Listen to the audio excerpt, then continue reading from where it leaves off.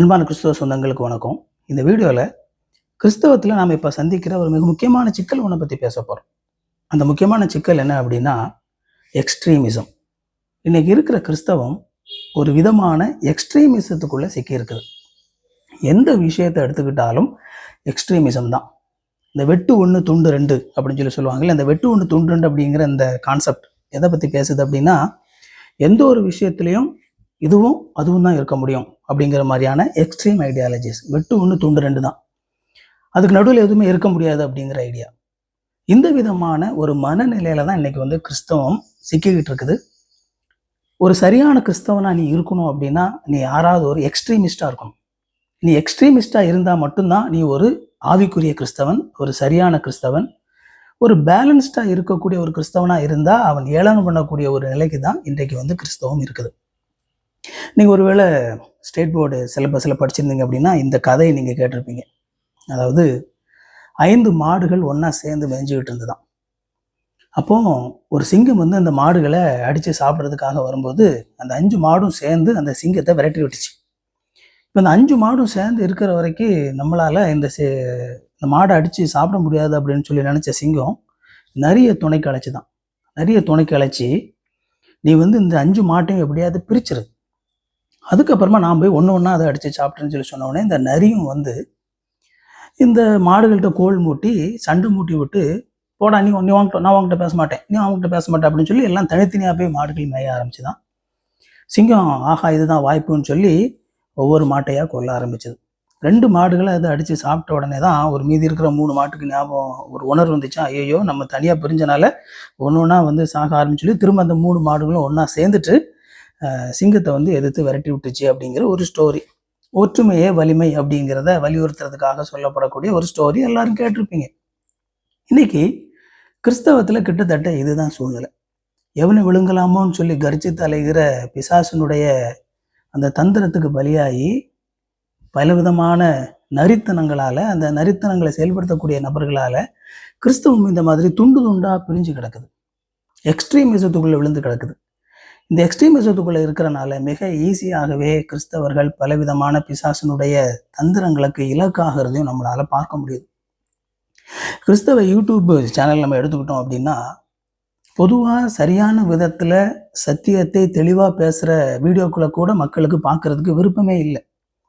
யூடியூப்பில் ஒரு வீடியோ ஓடணும் அப்படின்னா நீங்கள் யாராவது ஒருத்தரை அவங்க செய்கிற தப்பை சுட்டி காட்டி, அல்லது அவங்கள கிண்டல் அடிக்கிற மாதிரி, அல்லது அவங்க இப்படி தப்பு செய்கிறாங்க அப்படின்னு சொல்லி அதை பேசினா மட்டும்தான் அப்படிப்பட்ட வீடியோக்கள் தான் அதிகமாக ஓடுதே தவிர, சத்தியத்தை மட்டும் நேரடியாக வேதாகமத்தினுடைய சத்தியங்களை பேசக்கூடிய வீடியோக்கள் ஓடுறதே கிடையாது.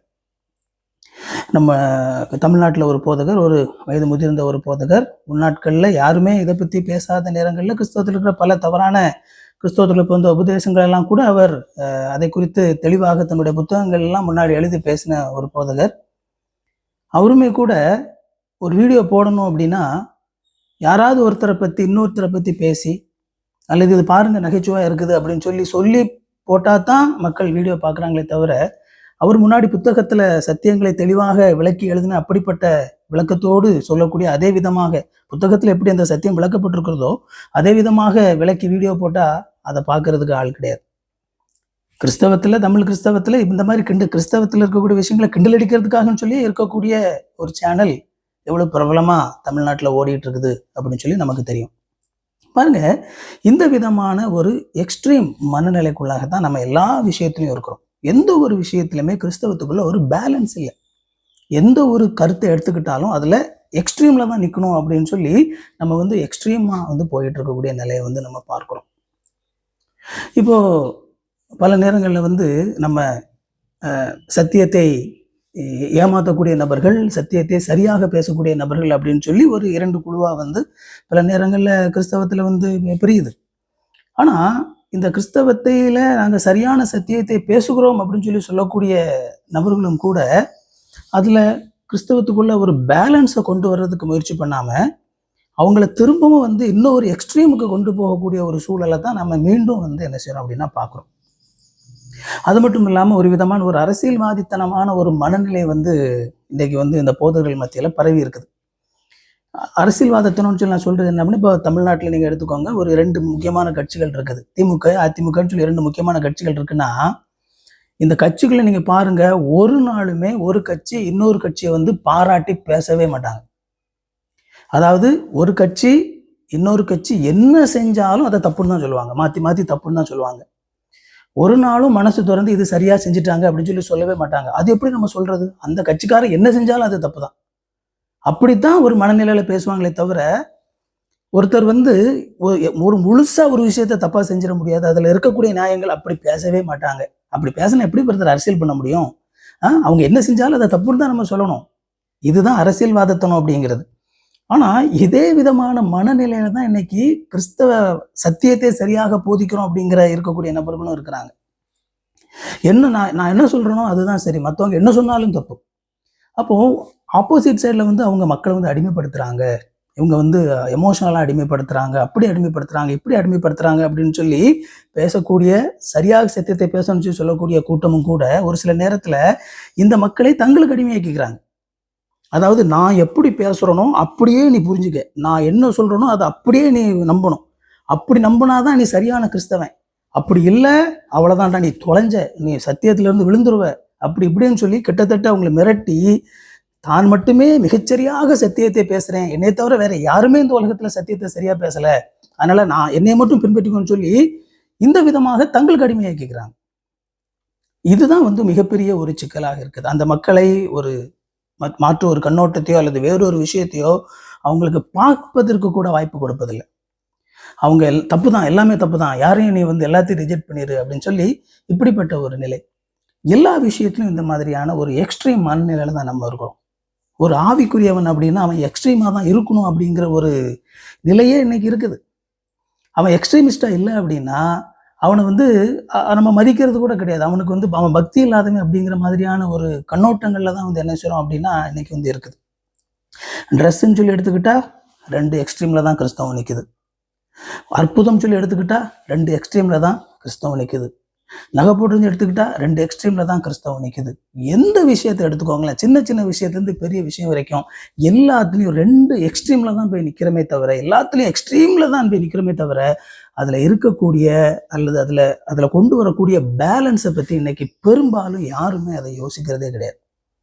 எக்ஸ்ட்ரீமிஸ்டாக ஆக்குறதுக்கு தான் நம்ம கிறிஸ்தவ வாட்ஸ்அப் குழுக்களில் வந்து பார்த்தீங்க அப்படின்னா, அவங்க ஒரு விஷயத்த நம்புறாங்க அப்படின்னா, அந்த விஷயத்த வந்து நிரூபிக்கிறதுக்கு வந்து அவங்க ஆர்கியூ பண்றது இருக்குதே, நேரம் காலம் கிடையாம சாப்பிட்றாங்களா சாப்பிடலையான்னு சொல்லி தெரியாது.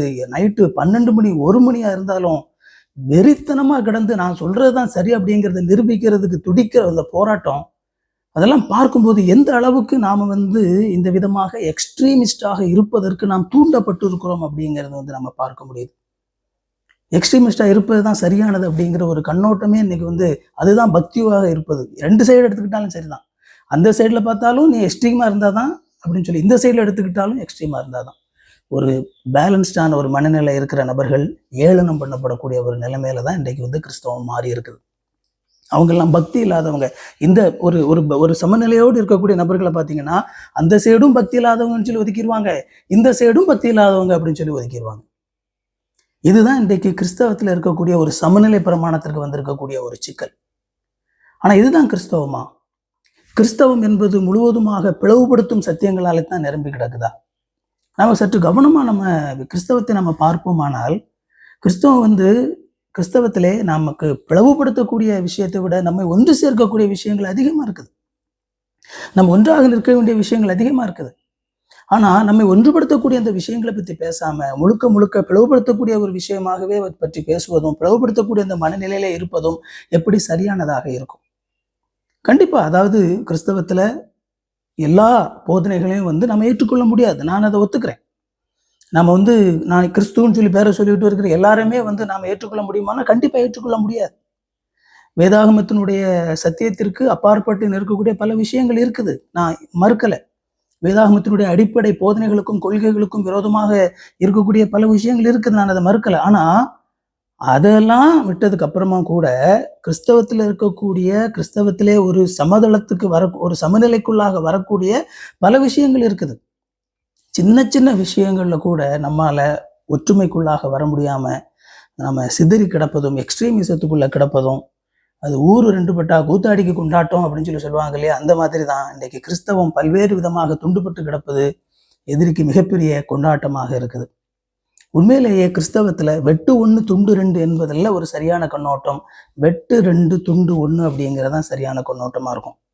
இந்த டெர்மினாலஜி நான் கண்டுபிடிச்சதில்லை, என்னுடைய அண்ணன் மைக்கேல் அப்படிங்கிற ஒரு சகோதரர் அவங்க இந்த டெர்மினாலஜி சொல்லுவாங்க. வெட்டு ஒன்று துண்டு ரெண்டு அப்படிங்கிற மனநிலை இருக்கக்கூடாது, வெட்டு ரெண்டு துண்டு ஒன்று அப்படிங்கிற மனநிலையில் இருக்கணும். நீங்கள் எந்த ஒரு விஷயத்தை எடுத்துக்கிட்டாலும் கிறிஸ்தவத்தில் நிறைய எக்ஸ்ட்ரீம் ஐடியாலஜிஸ் இருக்கும். இந்த எக்ஸ்ட்ரீமிசத்தை எல்லாம் நீங்கள் கட் பண்ணி விட்டீங்க அப்படின்னா சத்தியம் மிக அழகாக பேலன்ஸ்டாக நடுவில் இருக்கும் அப்படின்னு சொல்லுவாங்க. அதுதான் உண்மை. நீங்கள் ஒருவேளை ஒரு எக்ஸ்ட்ரீம் இதில் இருந்தீங்க அப்படின்னா, நான் உங்கள்கிட்ட சொல்கிறது என்ன அப்படின்னா, ஒரு எது பேலன்ஸான எந்த விஷயம் இருக்குது அப்படின்னு சொல்லி கிறிஸ்தவத்தை ஒரு சமதளத்துக்குள்ளாக ஒரு சமநிலைக்குள்ளாக கொண்டு வரக்கூடிய சத்தியம் எதுவாக இருக்கும் அப்படின்னு சொல்லி யோசித்து பாருங்க. இன்னைக்கு உங்களுக்கு எக்ஸ்ட்ரீமிசத்துக்குள்ள தள்ளக்கூடிய இப்படிப்பட்ட இந்த மனநிலைக்குள்ள விழாதீங்க. ஒரு ஒரு ஒரு ஒரு பேலன்ஸ்டான ஒரு கிறிஸ்தவத்துக்குள்ள வாங்க. ஒருவேளை பின்னாட்களில் எந்த மாதிரி இந்த சின்ன சின்ன விஷயங்கள்லாம் கிறிஸ்தவம் எக்ஸ்ட்ரீமிசத்துக்குள்ள இருக்குது அப்படின்னு சொல்லி கூட பின்னாட்களில் நான் வேற ஒரு சில வீடியோக்கள் போடணும்னு சொல்லி யோசிக்கிறேன். உங்களுக்கு இந்த வீடியோ பிரயோஜனமாக இருந்தது அப்படின்னா அந்த வீடியோ லைக் பண்ணிக்கோங்க, சேனலை சப்ஸ்கிரைப் பண்ணிக்கோங்க, நோட்டிஃபிகேஷன் வேணும்னா பெல் பட்டனை கிளிக் பண்ணிக்கோங்க. இன்னொரு வீடியோவில் சந்திப்போம். தேங்க்யூ. God bless you.